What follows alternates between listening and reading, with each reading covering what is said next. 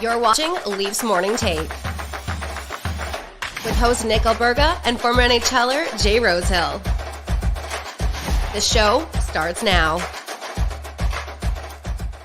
All right, what's good, everybody? Happy Monday. It's Nick Alberga and Jay Rosehill for yet another Monday edition of Leafs Morning Take. And you see the graphics on your screen. First and foremost, we got to welcome in a couple new fantastic sponsors to the show. You see behind us as well.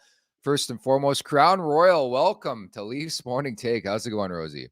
It's good, buddy. I like the sponsors. That's down my alley. Little Crown, little DoorDash. Let's go. Yep, DoorDash aboard as well. Happy to have them as well. And throughout the season, throughout the weeks, we'll have some sponsored segments, some fun stuff with them, even with Crown Royal. I love drinking Crown. It's one of my favorites to sip on during a hockey game. So fantastic to have everybody aboard here. How was your weekend, Rosie? Was solid, buddy. Was solid. Yeah. No complaints. A little bit of time at the rink, one last time at the golf course, and now we are full on winter mode. I think golfing's done. Time to focus up, give that shit up, concentrate on hockey. I should say what up to everybody in the chat as well. It's filling up really, really quickly at the Leafs Nation 401, at the Leafs Nation 401, where you could subscribe. If you're watching right now, just search Leafs Morning Take wherever you get your podcasts as well. Yeah, mine as well. Like, dude, there's so much optimism in this market. Like, it's really, really weird for a team who shit the bed yet again in the Stanley Cup playoffs. The way this season has started, like, everything's been great. It's been peachy. I think we're all waiting. Well, at least I'm waiting for like that first hit, that first jab in a boxing fight, how this team's going to react. But I will say we're going to get into the game. It impressed me quite a bit because watching that game, I was texting with you. It was 4-3. I'm like, here they fucking go again. Like they're going to blow this game. And they were resilient. If you can call a team that was up 4-1 resilient, I thought they were. But it's a very, very positive atmosphere. And you know this, I'm in this market on a daily basis. People are feeling good about this team, Rosie. Yeah, as they should be. They're at the top of their game. They're peaking right now. They got a chance to make a run, and that's their intention right now. And all you can do is put together the best team you can and start off well. It's exactly what they've done. Are they going to run into adversity this season? Of course they are. Are they going to, have all the ups and downs that any team in the history of the league has had? Of course they are. Is it going to happen tonight? Maybe. We don't know, but they've started well. That's all you can ask for. Auston Matthews, our best players are being our best players. Nylander looks sharp. You just really couldn't have put together a better start to the season, albeit it's only 2 games. You got to keep that in perspective, but there's reason for the market to be buzzing right now. I have to give credit to the Maple Leafs for signing Ryan Reaves, just strictly because they've just created so much content for us, and specifically for you as a former tough guy and fighter in this league. 2 games and 2 Ryan Reaves fights. So I want you to break this one down with Marcus Foligno from Saturday night, Rosie. Well, the thing to me, the biggest part is the hitting parade he went on. I mean, that's old school running around, just buries 2 guys, especially at the end there with big, clean hits and then a square off with Foligno. You can see him. Foligno's looking a little hesitant. 2 guys fighting, big square off, and they both go right hands and try to get a couple in there. I think Foligno got a good ride in there at some point in time, but Reaves confident as usual. Sticking out there, leading with his chin. He's not hiding anything. He's being the aggressor out there, and that's what you want to see. At the end of the day, it's not a bad little fight. I think he dings one more in there and lets the lineys get him. Solid, but to me, I mean, the proof is in the beginning of that shift when you're running around. Sometimes, the best scrap is one that comes after you just put their team in a position where you just burying guys with hits and saying, are you idiots playing hit hockey? Did you show up today, or am I going to be doing this all night? And their tough guys got to come out and be like, well, shit, I guess I'll have something to say about that. It just feels amazing. And Revo is just controlling the whole ice surface that shift. So when you're one of those fights, like how much do you have to keep in check those like mini jabs? We've seen Revo do it a couple times, like defending that. Is it difficult? You just eat them. It's kind of all you can do. But I mean, I preferred switching hands and getting away from that. Yeah. These guys, just 2 big boys, just locking on with their lefts and chucking with their rights. It's a pretty standard way of scrapping for 2 same-sized players like they are. But those little jersey jabs, I mean, if you got a real good grip on the guy's shoulder pads, it's not going to work. But if you miss your grip and you've only got jersey, you got that leeway to throw those little jabs. And I mean, you land your knuckle right on the end of his chin. It feels shitty. Yeah. No, and you're the fight guy, right? I wonder. Yes. Is it just me? Is it just me thinking that Revo throws too many bombs? Like, do you like his fighting style? Is it something that could be maintained over an 82 game slate. Like, I don't expect him to fight every night, but to me, it just brings back memories of any tough guy who's played for this team. Colton Orr, like I remember his scraps back in the day, your scraps, Georgie Peros when he's on the Montreal Canadiens. I won't lie. I'm just scared he's going to get popped one of these fights. I think he knows what he's doing. He's leading with aggression. He's leading with confidence. Colton Orr, the way he fought, he led with his chin just to get as close to the guy as he could and threw just an absolute bomb of a right hand. I mean, he was a scary human being for a long time there. And at the end of his career, it opened him up for, buttons to be landed right on the jaw. And you get put down a couple of times, that thing becomes weaker and weaker. And by the end, Orzy, I remember feeling for him because he was getting buttoned a few times in a row. And that's no fun to see a guy go through that. But I'm not going to critique anything about Reaves' fighting style. It's pretty standard. It's grab on left hand, get your big reach going, keep him away from you as much, and try to get in tight when you're the one throwing, and try to time your punches where you can bring him in and land one and then get back to cocked and get your left arm extended where he's away from you again. And he knows what he's doing. But if you're too confident and you're leaning in too much and trying to land too much of a bomb, you leave yourself exposed and you get too close to him and leaves yourself open to get one landed on you too. But I mean, he's been doing it long enough. He knows what he's doing. It's very early, but it's been a tough start for the analytics nerds out there, man. Like Ryan Reaves, the impact he's made early on with this organization, this team. I don't know if you saw the video over the weekend as well. He got the championship belt after game 2. It should have went to Matthews, but Matthews had it from game 1. Obviously, he's going to pass it off. Gave it to Revo, and I love the line at the end after the Matthews speech where it was like, Revo, you got us going. Like, these guys understand what this guy's all about, what he's bringing to the table, because I've been talking to a lot of people the last couple of days. How do you feel about Ryan Reaves, fighting and how he plays the game and stuff like that? I'm like, the best part about this, Rosie, is that Ryan Reaves takes all the attention off everybody else. I don't know about you. And again, it's very early on in the season. There's not much in terms of narratives and storylines to talk about. Nobody's talking about anything else but Ryan Reaves, which is great. Like, I think he steers the attention away from other guys. Totally, man. I mean, it was a bit of a gamble bringing him in. People are like, we've had this guy before. He's going to be irrelevant out there. Well, you watch that shift that led to that fight. That's not irrelevant. And I'm starting to notice a little bit of a shift here now in the NHL where you're kind of going back to that guy, not necessarily like a heavyweight scrapper type, but a guy that can run around and hit. I mean, that went away there in that 2014, 15, 16 era where let's just loaded the whole lines, all 4 of them up with a skill player and get some college guys on the 4th line and just really get the X's and O's going. And I just think that it went the opposite way for a reason. You can open up space for your skill guys by putting a Reaves on there. You can open up momentum, you can open up energy, and you run around, you're hitting guys like that. It puts their team on their heels. It gives your star players a chance to get a little bit more room out there and feel more confident on the ice. He has been effective through 2 games. There's no question about it. There's going to be a time where maybe he's doing a little bit too much with the extracurricular stuff. He might take a bad penalty that leads to a costly goal. That's going to happen throughout the course of a season, and people are going to be nitpicking him for that. It's coming. Yeah. It's unavoidable when you play that style. But so far, it's been absolutely effective. The guys seem to take to him very, very well. And like you said, you're not sitting there going, Mitch Marner, where are you this year? What's wrong with Mitch Marner? You're not saying that. You're not saying any of that. And it takes the spotlight off the guys to be able to do their thing. And that's part and parcel to why they brought in a guy like Ryan Reaves, that polarizing sort of demeanor to him. And I think, he's done a lot for that room already in terms of just galvanizing the team and dragging them into the fight. There's a couple other guys in the roster. We love that as well. Ty Bertuzzi, Max Domi's off to a cold start, but he's that type of player. And I do think it's contagious. And you can obviously speak to that having been in an NHL room before, and I haven't. But I think it's contagious, and ultimately it'll come down to the Stanley Cup playoffs and if this team is truly different. But so far, so good. Passing with flying colors. Defense, bit of a different story early on, but certainly have a lot of time to rectify that over the last, 70 or 80 games of this NHL season, continuing tonight against Chicago. Brought to you by our good friends over at DoorDash. It's time for the appetizer. Thanks to DoorDash, you don't have to worry about cooking dinner or running to the store. Let it all come to you, Rosie. For a limited time, our listeners and viewers can get 25% off and 0 delivery fees on their first order of $15 or more when you download the DoorDash app and enter code NATION25. That's NATION25, NATION25 for that discount. Please, the offer, is currently only valid in Canada, subject to change. Terms apply. Again, welcome to DoorDash and welcome to the Auston Matthews show, Rosie. What a story. Already has 15% of last year's total of 40. Guys on fire. What's he on pace for 276 A lot. or something, I think? Yeah. Who gets 2 back-to-back Hatties to start the season, man? Something about starting the year with this guy is just on a different planet than every other guy who plays this game. How you get that hot, I don't know, but the guy's shooting the puck. He's feeling confident.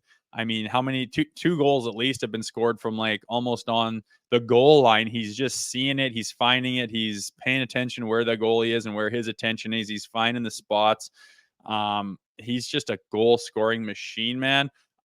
People are talking about him getting a Hattie for the third. Like, let's settle down. I mean, it's just it's never good enough in this market. You want to last forever. You literally want him to go score 276 goals this year. It's a little bit crazy, but like I said at the beginning of the show, all you can do is be happy with what's happened so far, because it's everything and more that could have been expected from this group, especially Auston Matthews in particular. Did you know that he has a chance to become the first player in league history to record 3 consecutive Hatties? And that's why I think people want to see it. And if there's a right opponent, a right team, a right dream playing Connor Bedard, I think it's tonight. And the way he's shooting the puck with conviction, last year seems like an afterthought. Just the confidence he's playing with right now reminds me of a couple years ago when, of course, he won the Rocket Richard and the Hart Trophy. Well, yeah, I think it took 12 games for him to get 6 Yep. when he scored 60 some. I mean, he's on pace to just rock and roll. And is this pace going to last? Of course not. It's impossible. But fuck, what do you, if he does it again tonight? I mean, it's just ridiculous to put getting a hat trick on anybody in this league.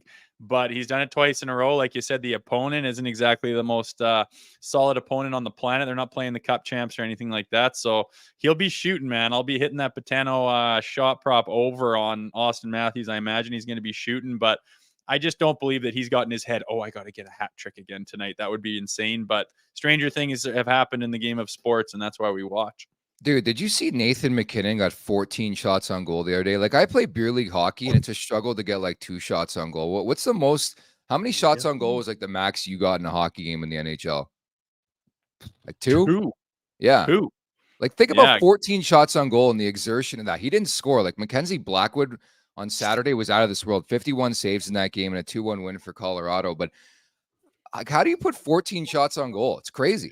I don't know. To blow by 10 is insane. I remember when Phil Kessel first game with the Leafs when we were playing, he got traded there and he was shooting like a wild man. I think he had 6 or 7 shots, 8 shots. People are thinking that's nuts. 14 I've never even heard of. I didn't hear that till just now, but holy shit, you're shooting the pill when you put 14 on net. Dude, like that's a workout in itself. 14 shots on net. Mackenzie Blackwood deserves a lot of credit. Speaking of goaltending, Ilya Samsonov, I thought okay for the second straight game. Having said that, in the third period specifically, when it was a 4-3 hockey game, so I referenced off the top, the Leafs had that game in hand. It was 4-1. Obviously, it changes to 4-3, but I thought Samsonov made some big-time stops in the second half of the game, and you have to credit goaltenders sometimes. Like, I think it's so difficult to play at any game, never mind one that back and forth like that. The team's not really playing defense the way Sheldon Keefe wants. We see that a lot in the month of October, but I think Sammy, in the second half of that game, shut the door, and that's what you need from your number one. Big time. I mean, it's not always the stats that you look at the end of the night and that tell all the stories. Sometimes, there's some weak goals that go in, some deflections and some screens, and you can't really hold that on your goaltender. But what you need is that save when you do break down defensively, you make that mistake. If you pay for it every time, it's just going to be so hard to win games at a consistent rate. And if you can make the odd mistake, which every team makes mistakes every single night, there's no one that's played a perfect game. And when you make that mistake at the wrong time, late in a period, when you have a lead, when you've got momentum, a little cough up here, a little mistake, you lose your guy, you open a lane, and your goalie can bail you out once in a game, that crucial time, that's everything, right? It gives the team that extra shot of life, like, holy shit, we just got away with one. And you can go on with your business and realize you got away with one. But a good goaltender back there behind your team that can give you that once or twice a game can make the difference all the time throughout the season. And Sammy's proven that he can be that guy to make that big stop when needed. And luckily, he's got a ton of firepower in front of him to make up for any mistakes that do happen. How many Crown Royal shots out of 10 would you rate the performance of Willie Nylander through 2 games? Dude, I'm at about 15 at this point. Like, the guy, we knew this already coming into this season, Rosie. Like, they're going to have to pay Nylander. But the way he's skating with the conviction, the power, he's downright dominant. Like, I have not seen, again, granted, very early, but I haven't seen Willie Nylander this dominant ever in his career. Like, he looks like a superstar. Yeah, and it's being overshadowed by Auston Matthews' start to Yeah. the season, obviously, no question. But I notice him out there so much. I mean, aside from the 6 goals in 2 games from Matthews, Nylander's looked like the best player out there. He just flashes across your screen. You just see him. It's just a confident poise with that puck. He's just always licking his chops, saying, "Give me something, like give me that lane, give me that hole." He wants it, and he's flying. He's playing with tons of confidence and conviction. And rightfully so. He's got a lot to prove right now. They haven't signed him. They haven't given him his bag that he wants, that he thinks he deserves. And he's gonna put him in a spot saying, "You don't want to sign me. Watch what I do out here. I'll force your hand." And the Leafs might have found themselves in a perfect position with the salary cap going up as much as they predict it could next year. That could open up the difference between where Tree Living and the Maple Leafs are and where Nylander's camp is, to make them be able to bridge that gap, get him signed up. Core four will stay together, and rightfully so. I mean, you can't let him go when he looks like one of the best players night in and night out. Yeah, well, unfortunately, it's a cap world, and there's got to be casualties, Rosie. If he wants $10 million, they just can't make it work. Especially, I think John Tavares will have 1 year left on his contract, unless they can find a way to. I just don't know how you move on from the captain. He came home and stuff like that, and a story for a different day. But at any rate, like, I think it's positive. It's, regardless of the situation, it is what it is. They haven't re-signed him yet. Doesn't sound like anything's close on Nylander too. But like, I love seeing him play that way, man. Like, he's progressed every year he's been in this league, and I think at this point, he's on a pathway where he deserves every penny, and he's been a fantastic story. And I think you're so right, because Matthews has been good, and the primary apples from Marner has been really, really nice, and some other guys have been a great story. We sort of lost sight of Nylander and the start he's had to this season, and you almost forget that we set that December 1st label. Is he going to still be a center? And it took about 2 weeks before he was no longer a center. Remember that story? Yeah, I do. I didn't want to put much stock into it at the time because it was just probably a flash in the pan idea. Give him some reps in preseason, see what it looks like, whatever. I mean, he's capable of playing center, but at the end of the day, I felt they're probably going to find it's not their best option. And he's back to the wing, and regardless of where he plays, he's going to look dynamic and solid and confident, and he's going to be dominating like he has been the first 2 games. You notice him on the ice every time he has a shift, which is difficult to do in that league, but he does it in spades. Dude, Sheldon Keefe played the shit out of the Minton line in the 3rd period. It was like a 7-4 game, and he just rode them, because I felt in the first half of the game specifically, didn't see much of them. And he's doing his best to insulate and shelter his younger players, specifically Minton. Obviously, the 9-game threshold is going to be one vital one to watch on Minton.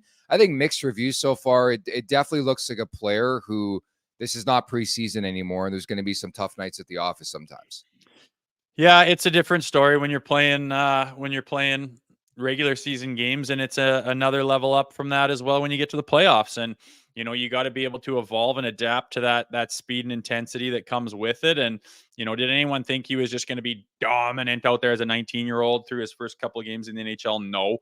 They're gonna have to make a decision with him for sure. But yeah, by all means, when you're up 3 goals in a game and it's late in the 3rd, you run those young guys, you take looks at them, you get them experience, you put them in positions to gain experience. That's what it's all about. And you could call that resting your stars and doing load management to certain players. It's a long season, and if you've got the game basically in the bag and you're deep, you can give those guys a little break, and that's just a little bit less of a percentage of them getting hurt, less of a percentage of them tweaking something on their body and running the energy rate out of them. It's a good time to do it. It's win-win for both parties. Looking forward to tonight's one as well, Rosie. So game 3 of the season, and Connor Bedard and that sideshow rose in the town. I don't know if you saw earlier today, Taylor Hall was sort of asked about the sideshow and how he feels like Bedard's taking on too much and doing too many interviews. And I understand that. And, lots being made of him, not only in the States, but here in Canada. But it reminds me of way back when in the Lou Lamoriello era in this market, where guys like Matthews and Marner and Nylander were pretty much not allowed to do interviews in their rookie season, which at the time you're like, this is the weirdest shit ever. But then you take a step back and you're like, well, the Lou Lamoriello effect was taking precedence there. And it makes a lot of sense because it's been a lot early for Connor Bedard. And again, he is everything to this franchise already, but there's going to be some long nights for this team. Yeah, it's quite the sideshow, and I think you got to tip your cap to Connor Bedard being a kid that young with that much attention, and you could call it that much pressure on him. He handles it well. He stays humble. He answers the questions in the right way. Every guy that I've talked to who's had an actual personal interaction with him said he's been fantastic. He's down to earth. He's humble. He knows what to say, and all the greats are like that. Like the Crosby seemed to learn from Gretzky, and these guys understand how to work the media and whatnot. But if I was the Chicago Blackhawks, I would have my PR guy. You got to have a flat out template for what you're going to do with this kid. Yeah. If you allow it, everyone and their dog down to the mom paw shop basement podcast is going to be trying to get an interview, and he just like us. He can't. Yeah, for sure. He can't and he shouldn't have to do all those interviews.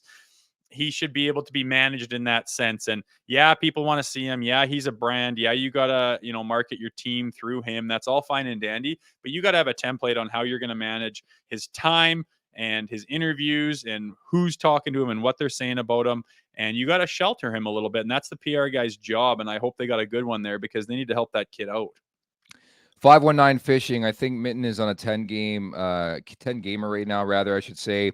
TML writes, who plays center when Minton gets sent to juniors? I think Pontus Holmberg would find his way into this lineup if that were to happen. But again, you don't want to put the cart before the horse. There's plenty of time between like game 9 or 10. I don't really think that's the threshold either.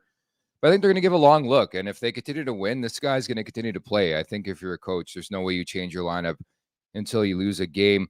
Looking forward to seeing Joseph Woll make his season debut tonight. We speculated about this last week, and I think it's the right rotation they have in place. They got Sammy in the season opener. They got Sammy on the first Saturday night game of the year. So we're going to see Joseph Woll in there. And as we've learned time and time again in this market, you can never sleep on any opponent. I know Chicago's had a rough start. They really can't score. Taylor Hall's back in the lineup, and they have that Bedard kid. So I think it should be a fascinating start for Woll here. Oh, for sure. You got to be ready. They do have some firepower. I know they're a team that's kind of doing a rebuild and trying to get their feet under them, but any team can beat any other team in the NHL this year. I think the Maple Leafs know that. They've learned that over the past. You don't want to have these trap games and these sleeper nights anymore.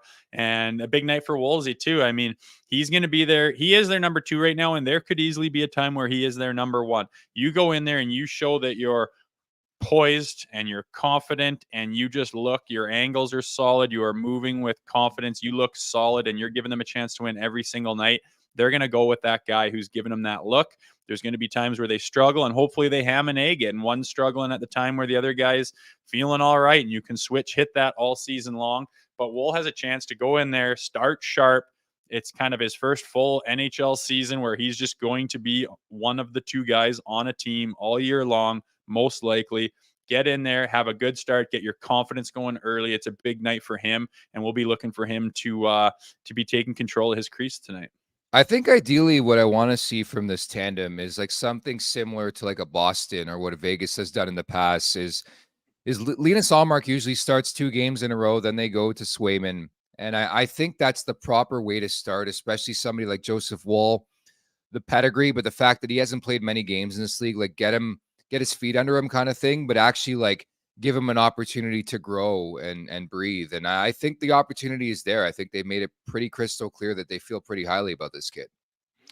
Yeah, I think so. He's proven himself. He's got the job. So now next step in that is to keep it and make sure that people realize he's done the right thing. So he's going to be in there. It's going to be a nervy game. He hasn't played. It's tough for a backup goaltender, I would imagine. You don't get the reps. You don't get to work on your timing and your angles. You're just doing practice stuff. And, I would imagine it's a little bit easier because when you're a starting goaltender, you're playing back-to-back nights, back-to-back games. You get to rebound from, a bad experience. If you're the backup and you have a bad game or you don't have it one night, you got to wait a long time with that hanging over your head. Then when your shot finally shows up again to get another game in, ooh boy, another shot. If you blow another one, that's going to be a long period of time where you haven't been playing well. You got to wait another pretty long period of time before you get another crack at it. It's tough. And that can weigh heavily on a guy's mind, I think. So it's important to get off for a big start. I think confidence is going to be huge for Joseph Woll this year. And he seems to be a kid that's got his head on his shoulders and can handle it.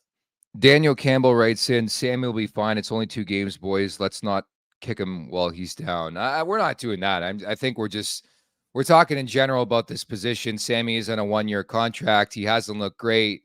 I think there's some skeptical people out there, and Joseph Woll is an up-and-comer, so you want to see more from Woll. And I think ideally, I want to see goaltenders push each other. We saw it to a degree last year with Samsonov and Matt Murray before Murray got banged up and was pretty much an afterthought. But I think it's healthy for teams to have that. It keeps you fresh.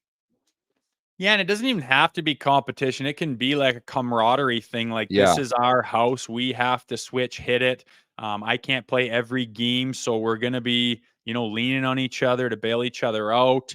If one guy's struggling, the other guy can help out. Like, lean on each other and make it kind of a team, 2-man team camaraderie thing where you're switch hitting that crease and doing everything you can to both get better, push each other in practice, work on bounce ideas off each other. And I think the best tandems in the league are guys that understand that. Sometimes it's probably a little bit difficult when you've got like a Hall of Fame #1 that they play almost every single night, and you really probably feel like a second fiddle. And I don't think these guys need to feel like that. They can both kind of, maybe Sammy's going to play more games, I imagine, but you can be that team atmosphere where you're leaning on each other and you're a duo out there. So I don't mind it when they do that. And there, like I said, there's going to be times where one of the goalies isn't playing the best, and it's up to the other one to step up his game and bail him out.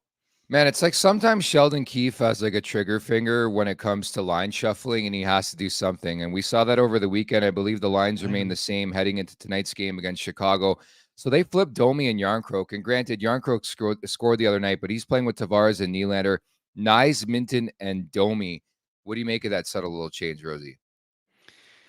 It's Sheldon Keefe, right? I don't. True. He knows the team better than I do. He knows the players. He knows the systems better than we do. And I'm not going to argue with any of his decisions. I like the idea of Nyes and Domi out there together. They can kind of go out there and grind away in the corners and battle that puck out. And they're both got of scoring capabilities. And playing with Minton out there, we've seen that he can do some things out there as well. And he's working on his confidence and trying to stay in the league for the whole year. And whether he does that or not is up in the air, obviously, but I don't mind, small shuffling of lines right now. Again, I've said this before. This is the time of year to do it. If you're still doing it coming down the gates towards playoffs, it bothers me. I think you need to have some solidified lineups by that point in the season. By all means, try what you got, look for different formulas, try to find the mojo with different lines. But at some point in time, you got to have a solid lineup where you know what you're rolling. These guys know who they're playing with. They're not going to wake up to any surprises the next day of, oh shit, now I got to adjust to this guy's style of play. Again, right now is fine. Down the road, I really got annoyed last year coming into the playoffs with all the juggling that was going on with the lines. Oh, that was insane. They tried every combination possible. My only rebuttal to that is like, it's 2 games into the season. Like, give these guys a serious look. And Sure. I get it. You want to get Yarncroke going and you love Yarncroke's versatility, but I don't know why they have to make a change this quickly. And you've played this game, you've played in this league. I just think it sort of fucks with the player's head when you just don't know what the lines are going to be tomorrow or the next shift. It's crazy to me. Yeah, and like you said, yeah, that's a good point. It's only 2 games, so why are you shuffling? Why don't you just leave it for another 2 games? Like, give the guys a 5-game segment and then do that 3 times. Look over the course of 15 games and say, what was the best gel? Talk to the guys. Who do you feel best with? And those guys will be honest with you. When so and so kind of goes down low, it's unpredictable. Like, it seems like other guys know how to play him, but I keep going to the soft spots and he can't find me. I just feel like we're not jiving out there, and that happens. And then you play with so and so, it's like, dude, I don't even have to think. I just go to this spot and I know he's going to get it there. And certain guys have that. And I think if Keefe's trying to find a formula, he'd be smart to give the guys a chance to let that fester and also get their input and get their opinions on it. They're the ones out there playing with guys. You'd be remiss if you were not getting their actual statements on where they want to play and why, because ultimately they're the ones that are seeing the most out there. I just happen to think there's such thing as overcoaching, and to a degree, I think Sheldon Keefe is a victim of it, like pretty much every other coach in this league. Meantime, this week's player to watch is presented by Covered Bridge Potato Chips. Rosie, I'll let you go first with this one. I'm going with Woolsey. Again, it's his first game. He needs to get his feet under him, get that game timing down. That's regular season NHL games. I mean, a big win would be great for his confidence. It would do wonders for his game moving forward. So I'm just looking for him to be solid, poised, and confident in his first game. I think it's a big one for him. I like it. I'm going to go with Tyler Bertuzzi. So a 3-game week here for the Maple Leafs. Scores his first goal over the weekend. And as a member of the Maple Leafs, I think he's starting to find some serious chemistry and be a bit more comfortable with 34 and 16. And on top of that, Rosie, 2 statement games coming up this week at Florida, at Tampa. And this is the reason why they went out and got Bertuzzi, no? Yeah, for sure, man. They need that style of play covered, and you're going to play a team like the Florida Panthers that prove they are a solid playoff team. You're going to the Tampa Bay Lightning, where whether they take a step back this year or not, they're always solid and experienced. So it's a nice week for these guys to get some division rivalries behind them. Go to coverbridgechips.com and follow on Instagram at CB_chips. And I think it always feels good, especially early on here. You start 3 in a row on home ice, and then they head off on the road for a 5-game road trip. So I think we're going to get a serious look at what this team is over the first couple weeks here, Rosie. I like it. Get those boys on the road, going out for some dinners, smacking some vino back and having some laughs. I don't know what you're going to smack there. I was scared. Love life on the road, man. There. It's a great time for teams to gel. Yeah, I was gonna say I didn't know what you were gonna smack there. Vino. That wasn't the answer I had on my list. You're gonna smack something else down on the road. These guys no are comment, focused. but looking forward to it nonetheless, and especially those measuring stick games, right? Like I think that's when I just talked about it with Ty Bertuzzi, the measuring stick games to see where you truly are. And again, I'm the first to say it on this podcast of the two on this pod. The regular season is just like a build-up towards the Stanley Cup playoffs when the games actually matter. But I think you want to have these measuring stick type games throughout the season to really encapsulate and picture like where you are truly. How do you stack up against these teams? So I think early on, I think it's good to see these type of teams like Florida and like the Tampa Bay Lightning, especially Tampa can't keep the puck out of their net, which we expected right now with no Vasilevsky there. And the Florida Panthers, man, have had a really, really tough start to this season. Yeah, it's hard to expect what teams are going to be, man. You make runs and it takes a lot out of you, and you got to find your formula. And sometimes people, I think, are guilty of just assuming it's going to happen again because it happened last year. And make no mistake, to get the Florida Panthers to do what they did last year took a hell of a lot of work and determination and figuring things out. It didn't just happen. And I think it's easy for teams to say, holy smokes, are we ever a good team? You go through a summer, make a few changes and be like, all right, well, we're a good team still, but you got to make it happen every single year. And, it's only 2 games in, obviously, but I think it's easy for teams to fall victim to that. And keep in mind, we're talking about measuring stick games and whatnot. Yeah. The Toronto Maple Leafs are right up there at the pinnacle of the NHL right now. That's where their team is at. They are peaking right now. They are contenders. And every time they go play a team, it's going to be a measuring stick for that team as well, regardless of what the Maple Leafs think about them. And they're going to get teams' best almost every single night, as they always do, especially at home when so many players throughout the league, we've talked about this, come home to friends and family and want to put on a big show in Toronto. Toronto Maple Leafs often get teams' best, and that's no exception this year. When they are as hot as they are, teams are going to be measuring themselves against that team all year long. Colin M writes in, banging in the doorstep goal for Nyes coming up tonight. Nyes banging PP goal tonight. I like that. I like PP2 even scoring the other night. It's great to see the Bertuzzi tap in when the second power play unit's getting into the mix too. It just keeps the opponent on edge, knowing that there's no shifts off after the PP1 guys go off. Yeah, love it. Love it when both peepers are running. It gives you confidence to be able to, I know PP1 wants to stay out there the whole time. It depends on the timing of it and whether they got to set it up and how quick they gain entry. But when your PP2's chipping in as well, things are going well, and you want to see that all year long and have that depth on your power play, which a team with this much offensive firepower should definitely have a solid P2 that can chip in as well. John Gallagher makes a good point. Didn't see much of Patty Maroon on Saturday. I know he left the game briefly, but it's a weird fit for him because they had Ryan Reaves and they essentially replaced him with Patty Maroon, and it sounds like they wanted Ryan Reaves back. But as Bill Guerin put it the other day, they backed up the Brinks truck for Revo, and I get that. But yeah, for what Pat Maroon has done in his career, it was a quiet night for him. But you need character players like that, and certainly we want to see some guys elevate up and down the lineup. A lot of people in the chat confident this is going to be the night that Matthew Nyes scores. If you do remember, I love the revenge narrative, Rosie. That's big when I gamble. And if you do recall a couple of years ago, that rumor got out there that obviously Kyle Dubas was not pleased about Toronto's interest in Marc-Andre Fleury. And Matthew Nyes was supposedly one of the pieces that would be going to Chicago to get Marc-Andre Fleury a couple of years ago. So I wonder if Nyes heard that and said, you know what? Let's score on Chicago. Full circle to bet on Matthew Nyes tonight, Rosie. I like it. Now you're going deep with the revenge. You're going Very layers deep. You're going down to rumors deep. That's all right with me. I doubt that's his motivation. I think that he just wants to get the monkey off his back and score this year. Get on the board, then floodgates can start opening. We'll find out later in a segment who I think's due for a snip tonight. But Matthew Nyes, I think he's been knocking on the door, and just like Bertuzzi got it off his back last game, looking for Nyes to do the same. Once all these guys get one behind them, we can let the floodgates open, and hopefully, like Matthews did, it didn't take him long to get the monkey off his back, if there even was one. My God. Matthews has been scoring probably since the start of the season on Wednesday. Like, it really is insane. But again, it brings back the vibes of a couple of years ago. You know, I covered this team pretty in depth before we started doing this show as their radio host on Sportsnet Radio. And I saw a lot of Auston Matthews goals in a couple of years. A lot of fun to watch that. Should give a shout out as well to the Columbus Blue Jackets, by the way. I don't know if you saw this. They gave Jonathan Quick a video tribute. And if you do recall, Jonathan Quick was dealt last year for about 7 minutes to Columbus. And he's like, I'm not reporting to that piss tank, and never actually went.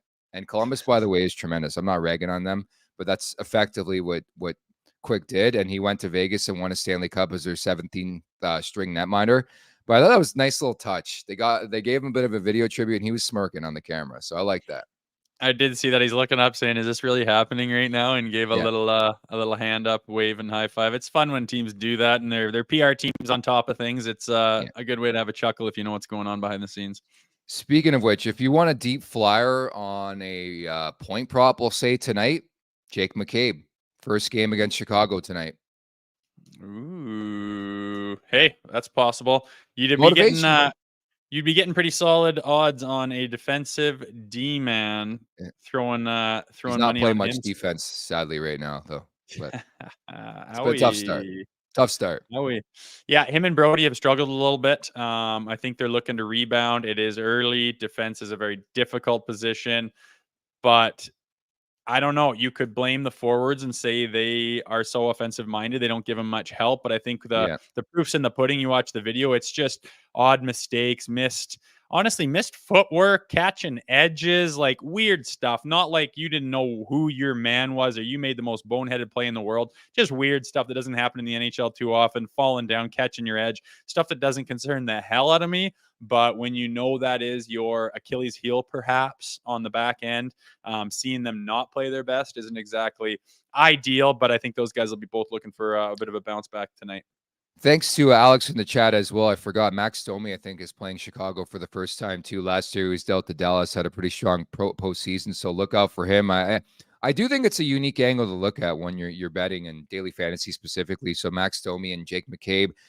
All right, let's get to the goal song controversy, we'll call it that. For many of you who missed it on Saturday night, an exclusive with the Leafs Nation. I'm the goal song guy, apparently. I put out a tweet that is factual, by the way, and Pursuit of Happiness, the goal song you heard on Wednesday, you're not going to hear it again. Pretty much as you see on your screen, I heard the Leafs receive some complaints about the song's message and or lyrics, which, again, is very, very 2023. But that's it for Pursuit of Happiness, Rosie. Yeah, when we were talking about it, I was surprised I wasn't going to bring up some of the interesting lyrics in the song, because even when I hear it myself, I'm like, wow, that's aggressive to say that. I mean, he's talking about stuff that's pretty frowned upon, doesn't matter what circle you are in. So I was kind of surprised, and I forgot to mention it on our show, but it did come across my mind that that's interesting to use when you know a song is going to have so much attention to it, to not notice that they have a pretty interesting line in there about stuff we're not supposed to be doing at any point in time. So I'm not surprised it happened, 2023 or not. And now I don't know if this thing's lost its steam or interest or what. I'm sitting here going, well, what the hell is the song going to be? Dup dup do? I don't even know what the hell that is. I liked it. It's growing on me, dude. I put it on my iPod now. I was ripping it in the car home, 45-minute drive back home to see my parents yesterday. Played it a couple times. It's growing on me. It's growing on me. Okay. You think it's a winner? They're going to keep it or what? Well, no, they're going with a variety of different songs. As far as Yeah. I know, we're going to hear another goal song tonight. But like the way I see it, it's a goal song. Yeah, it's fun to talk about. Yeah, it's Toronto. It's such a polarizing topic. But the fact that all the talk and consternation seems to be revolving around a goal song is probably good news. It means the team's doing well, right? Yeah, I would say so. And I think the only reason we are talking about it is because the one they ran with for 5 years was so bloody terrible. We know you hate it. And so, some of those clips from you last week are just the one of you singing Dreams Come True. It's so good. So bad. It's just like you're at Chuck E. Cheese and you're playing for a legendary team that's making a run at the cup and you're snapping your fingers around like it's some 80s music video. It's bad, bad, bad goal song. Sorry, everybody. But yeah, sorry to everybody who liked Pursuit of Happiness Game 1. You are not going to hear it again. I'm very intrigued to see what comes on tonight as we get into the Betano wrap-up presented by Betano.ca. The game starts now, 19 plus. Please play responsibly. What are you looking at, Rosie? You're smirking here already. Oh, I'm looking at the chat talking about all kinds of things that aren't good. But Producer Aaron is an Oilers fan. And it's tough times right now in Edmonton, so I get it. Tough times, man. I laugh my ass off when we're looking at the group chat, and all my buddies are pretty split between Calgary and Edmonton, and I always chime in with my Leafs takes and my Auston Matthews bits. But it's fun times right now, and my goodness, just Death Valley for the Oilers as usual. They just, I mean, talk about the Leafs take so much heat for not winning in so much time. I get it; they haven't won since '67, but talk about a struggle for, I don't know, 12 years. The Edmonton Oilers, their fans have been through it all. I mean, to have 3 first overall picks, then you get Connor McDavid, and then you sprinkle in Leon Draisaitl. It's just like, my word, and they still high expectations. Everyone's ready to rock. Everyone's got them coming out of the West to be in the Stanley Cup final, and just in 8-1 blowout to start the season. Come on, man. This is classic overreaction by Canadian market. These games don't matter. I'm sorry. Yes, and I know you hate it when I matter. You got to come out with your best stuff. What do you think? They just don't show up and it's okay? It's the first. There's 80 games left. Are we going to remember that they lost the first 2 games to Vancouver in like 2 weeks? No, they have Connor McDavid. End of story. What? Well, they've had him for a while and they haven't done shit. Why are they losing 8-1? It's a problem. You're trying to compare them to the Toronto Maple Leafs. Last time I checked, the Oilers have been to a conference final. They've been to multiple second rounds. It's not even close. The Leafs are the bigger disgrace. If you want to go that long back, you could argue that, yes. But in the short term, you look around and you just shake your head at all the blown opportunities that they have had and how they haven't been able to put it together. And every time they think they got it, they just find a way to shock themselves. It is quite hilarious to watch. I like to laugh, and it makes me feel better. Yeah, you have a pulse in that market. I get it, but that's my perception. I think if you look at Edmonton, I'd rather be in Edmonton now because they've made a conference final. They've got close. You can start to smell it in the conference final. Yeah, I haven't smelled anything close to a Stanley Cup in this market since I was born in 1989. And granted, maybe I have because I was born in Montreal, and that team has won a couple cups, even though I hate them. But nevertheless, we got sidetracked. You got any plays for tonight's game, Rosie? Yeah, I got Mitch Marner to score. I think that, a lot of the talk and attention has been on other players, and he wants to remind people, hey, I'm around here too. When I go and check stuff out, you're looking at like plus 190, plus 200 for a player of that caliber. I think he's going to break out here and pot one and say, hey, remember me, everybody. I love the call. I will say, depending on price, I took it yesterday at minus 130, which is ludicrous, but Auston Matthews to score a goal, I think he scores at least one. It's Chicago, dude. Peter Mrazek, give him another video tribute. I know exactly what's going to happen in this game, by the way. I think it's such a classic trap game. We haven't talked about it, and hopefully I'm wrong. But Peter Mrazek has been superb to start this year, and he seems to play well against the Leafs too. So, I think if you're looking at a saves prop too, I would take the over. I think they're going to throw everything but the kitchen sink at this guy. But I think Mrazek's going to step up in this game. But Matthews, if you can find him around minus 130 to score, I like those odds. I've seen him in the 2s, man. I mean, Vegas is protecting themselves when the guy's potting the way he is right now. My money's on Mitch, but if you're picking Auston Matthews to score a goal in a hockey game, you're not doing anything dumb. Shout out to our boy Sammy, by the way, or it could be a girl. Love, from McKay, Queensland, Australia. watching Nice. during a night shift. So we got reach on this show, Rose. It's pretty Love it. impressive, but They've got some summer hockey leagues. Well, it's our summer, their winter down in Australia yeah. that I've got some buddies that went and played and had an absolute blast. I've never been, but it's definitely on my bucket list to get down to Aussie land and see everything they have to offer down there. And I believe today is official, the 1 month prequel to the 2 Sweden games for the Leafs. Those are going to be an adventure for us. I think one of those games at 8 Eastern time in the morning. So you won't be watching that. That'll be very early my time, but that'll be interesting. I think they got great fans over there. They got some really cool, unique barns with really cool atmosphere and character. I think that'll be fun for the Leafs to go over there. And Sweden, my goodness, there's a lot of nice things to look at over there. Yep, love Sweden. Been there a couple times, and I love the fact that producer Aaron Bordato, who is just in one right now because he's an Oilers fan, going at it with Travis Houston in our chat right now at the Leafs Nation 401, where you could subscribe to this madness, because Travis is pretty much chirping the show while he's watching the show and effectively is subscribed to the show. But wow, surprise, Rosie is off of the Nice bandwagon. I don't know when Rosie ever said that. And then I guess Aaron responds with shit talking the show while you're watching live makes sense. I like that. Don't get on an Oilers guy bad side when they're having a tough break. Which that's what happened here. I think that's got to have something to do with it. I am not off the Nicey train. I want a Nicey jersey, and he's still my number 1 on that team. I love that kid. He's going to snipe tonight too. I hope you're right. And shout out to Aaron. He is in one. He is absolutely in one. Absolutely in one right now, man. I'm sorry. I do a fantasy hockey podcast, NHL Fantasy on Ice. Make sure to subscribe and like twice a week. It is overreaction time. Like, people are losing their shit that Buffalo hasn't won a game and Tage Thompson has no goals. Let's talk in like 2 months. But I'm Mr. Long Term. Rosie's Mr. Short Term. So if Nyes doesn't score tonight, it's DEFCON 9 here. It is a what have you done for me lately league. I realize this isn't going to be the end all be all the first week of the season, but it is a good measuring stick. Who's got it together right off the bat? Who's come together to put together a formula that's working right off the bat, and who's got to go back to the drawing board and got work to do? I know what camp I'd rather be in at this point in time.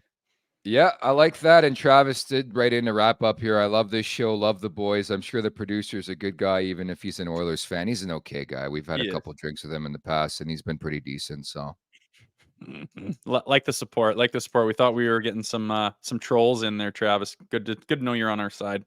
We have a couple trolls in the chat. Mr. P-Mail Bacon's one of our biggest fans. We love him here. He is right. We're closing in on 5K here. I think we need your math is a bit off, Mr. P-Mail Bacon, saying we need 300 before 5K. We need like 30 more subscribers to 5K. So at the Leafs Nation 401, if you're watching right now or not subscribed, help us out. We're bringing the magic for you throughout this season. Setting up tomorrow's show, Rosie, we're going to have a recap of the Leafs and Hawks. And Anthony Stewart's going to make his debut as my co-host on this show. And I believe you're going to have something recorded for us, right? Like a Rosie rants type segment, like 3 Hits with Rosie is retired like the goal song, right?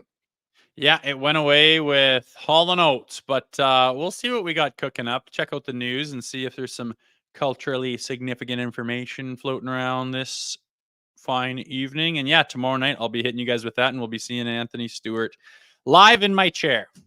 Rosie's rants. That's the new segment I think we're going with. And Rosie's going to find something about the game tonight to rant about tomorrow, right?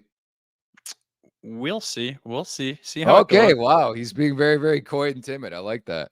Maybe it'll be a positive rant about the joyous start to the season, hopefully, anyway. Maybe it'll be a diatribe in our buddy Travis in the chat. We'll have to leave that for tomorrow. So, Rosie, we'll talk on Wednesday, but I'm looking forward to this video tomorrow, bud.